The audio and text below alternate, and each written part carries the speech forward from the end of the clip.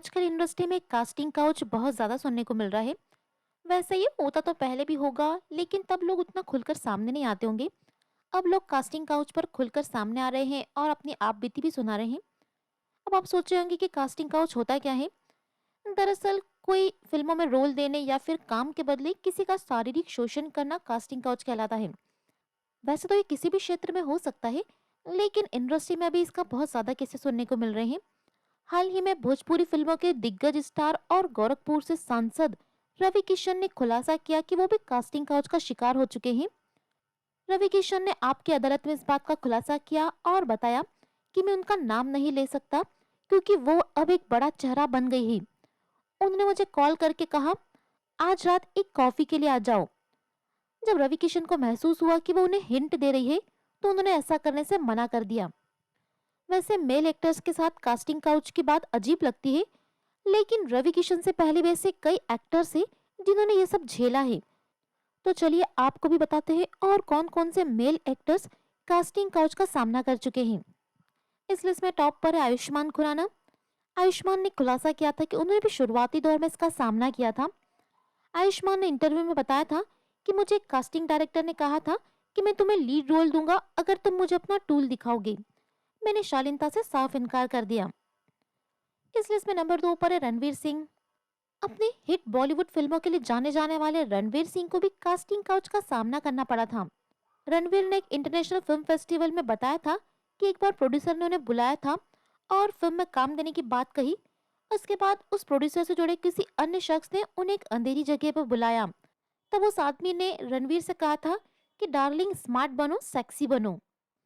और यहाँ तक कि रणवीर ने 3 सालों तक ऐसी ही चीजों का सामना किया था। इस लिस्ट में अगला नाम है सोनू निगम का। सोनू निगम ने भी इस बात का खुलासा किया कि सिर्फ एक्टर या एक्ट्रेसेस ही नहीं, वो भी इस तरह की पेशकश का शिकार हो चुके हैं। सोनू के मुताबिक एक पत्रकार भी मत के नाम पर लोगों को इस तरह की पेशकश करता है। सोनू ने नाम तो नहीं लिया, लेकिन लोगों की आंखें खोलने की कोशिश जरूर की थी। इस लिस्ट में अगला नाम है हर्षवर्धन राणे का। हसीन दिलरुबा एक्टर हर्षवर्धन राणे ने भी अपने कास्टिंग काउच के अनुभव को शेयर किया था। उन्होंने रिवील किया था कि एक बार एक कास्टिंग डायरेक्टर ने उन्हें उनकी पैंट उतारने के लिए कहा था ताकि वो उनके स्ट्रॉन्ग लेग्स चेक कर सके। हालांकि हर्षवर्धन ने उन्हें इस बात से इनकार कर दिया। इस लिस्ट में अगला नाम है राजीव खंडेलवाल का। टेलीविजन के जाने माने अभिनेता राजीव खंडेलवाल भी इस तरह के कास्टिंग काउच को एक्सपीरियंस कर चुके हैं। राजीव खंडेलवाल इस बारे में कहते हैं कि वो एक डायरेक्टर से मिले थे और दूसरी मीटिंग में उन्हें ये रियलाइज हुआ कि कुछ ठीक नहीं है और वो एक बुरी सी सिचुएशन में भी फंस गए थे। जब डायरेक्टर ने उन्हें कहा कि वो उनके रूम में चले, जिसके बाद राजीव ने उन्हें मना कर दिया और यह हिंट दी कि उनकी एक गर्लफ्रेंड है जो उनका वेट कर रही है। उसके बाद वो डायरेक्टर समझ गए कि राजीव स्ट्रेट है और राजीव इस सिचुएशन से बाहर निकल पाए। इस लिस्ट में अगला नाम है आफताब शिवदसानी का। आफताब ने कास्टिंग काउच के इंसिडेंट को याद करते हुए कहा था, जब वो एक्टर नहीं थे और म्यूजिक वीडियोस और मॉडलिंग असाइनमेंट कर रहे थे, तो उस वक्त एक पर्सन ने उन्हें मिलने के लिए कहा था और वो उन्हें फिल्म देने का प्रॉमिस करते हैं। आफताब बताते हैं कि वो पर्सन उन्हें रात में कॉल करते थे। जब आफताब को रियलाइज हुआ कि कुछ ठीक नहीं है, तो उन्होंने उस पर्सन की कॉल उठाना बंद कर दिए और उन्हें इग्नोर करना शुरू किया। जब आफताब को सामने वाले पर्सन के इंटेंशन क्लियर हुए, तो उन्होंने उस पर्सन से मिलना बंद कर दिया। इस लिस्ट में अगला नाम है आशीष बिस्ट का। आशीष अपने कास्टिंग काउच के एक्सपीरियंस को रिकॉल करते हुए कहते हैं कि उस वक्त मैं स्ट्रगल कर रहा था और मुझे काम चाहिए था। तब एक प्रोड्यूसर ने उन्हें कॉल किया था और एक जगह पर मिलने बुलाया और उनका पहला क्वेश्चन था, are you comfortable in bed. इस लिस्ट में अगला नाम है प्रियांशु चटर्जी का।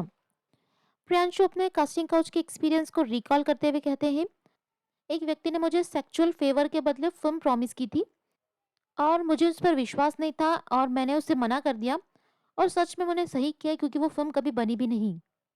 इस लिस्ट में अगला नाम है सार कश्यप का। फिल्म पद्मावत में नजर आए एक्टर सार कश्यप ने भी अपने कास्टिंग काज के अनुभव को शेयर किया।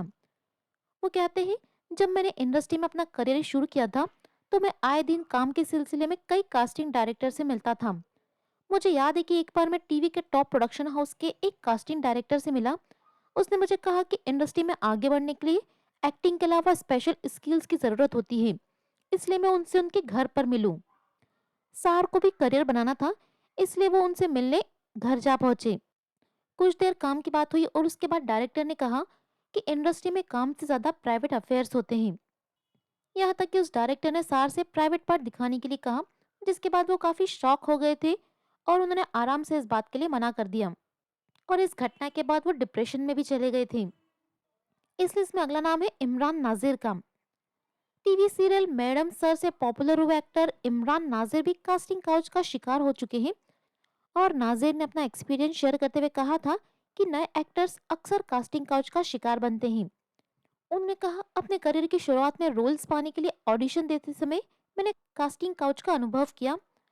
कोऑर्डिनेटर और कास्टिंग डायरेक्टर ने मुझसे कहा कि अगर मैं उनके साथ इंटीमेट हो गया तो वो मुझे अच्छा काम देंगे। मैंने साफ मना कर दिया।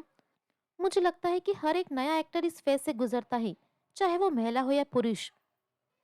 दोस्तों, आपको बता दें, ये कास्टिंग काउच उस वक्त सुर्खियों में आया था जब 2005 में एक स्टिंग ऑपरेशन में फिल्मों में रोल दिलवाने के एवज में शक्ति कपूर को एक लड़की के साथ सेक्सुअली एडवांटेज लेने की कोशिश करते हुए कैमरे में कैद कर लिया था।